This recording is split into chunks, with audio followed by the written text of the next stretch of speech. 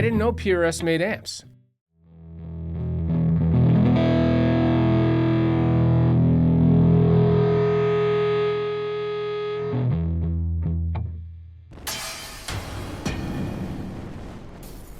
$20 watts of Hendrix in a box. Would Jimi Hendrix play one of these? Here we go. Hey, did you know you're watching this video right now? That's great. And I hope you're doing awesome. I'm doing really well. And I hope you're doing awesome. I said it twice just to make sure. So I've checked out a number of PRS guitars recently. And I've got my CE24 hanging out right here behind me. Played a bunch of guitars. And now it's time to dig into the world of PRS amps. Completely new to me. I didn't even really pay attention to them, so I didn't really know what models existed. So this is the PRS HDRX 20, and it's a 20 watt amp head. And I've also got the PRS HDRX 1x12 cab. It's a matching cab for this 20. They also do a 50 and 100 watt version if you needed something huger, more sound, bigger, bolder. 20 is more than enough for my space here. Not my space, the website. I wonder what happened to my account. And the 20 is probably the sweet spot for most people in terms of loudness and price. And you see the letters HDRX and you're like, come on, learn how to spell Hendrix. And yes, it is an official Jimi Hendrix product, and we'll get into that later. And we'll talk about that. Amongst other things, we will talk about many things, but also hear it too. But first, I have to thank my friends at Sweetwater, and I've got a few pieces of gear coming up because it's their guitar month. Best month of the year. I didn't know how much I loved this month of the year. It's guitar month. Thanks to them for sponsoring this video and sending me all this stuff. Crazy. So they sent me the head, the cab, and we picked a reverb delay pedal from Earthquaker devices called the Dispatch. This one's tough to say. Called the Dispatch Master V3, and it's in royal cobalt blue. It's a Sweetwater exclusive color. I love blue things. Blue is the best, and I'll be using that pedal with the amp occasionally when I want to add some ambiance. It's French for ambience. All this gear will be in the links in the description if you want to check it out. You can go take a look. Do that on your own time though. You're watching the video right now. So let's quickly go over the specs of the amp and the cab. Then we'll do a full playing walkthrough. And this amp has really unique control layout on the front. I actually had to look at the manual. I'm not ashamed. And the manual being the little printout. Hey, relax. The card printout that sits on top of the amp. You know, like when you're in the store and you see all this stuff. I had to read it.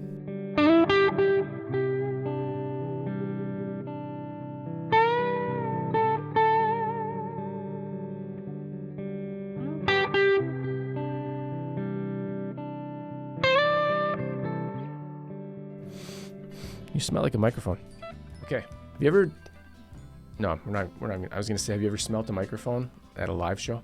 Let's talk specs. I'm going to read you a brief history of this amp.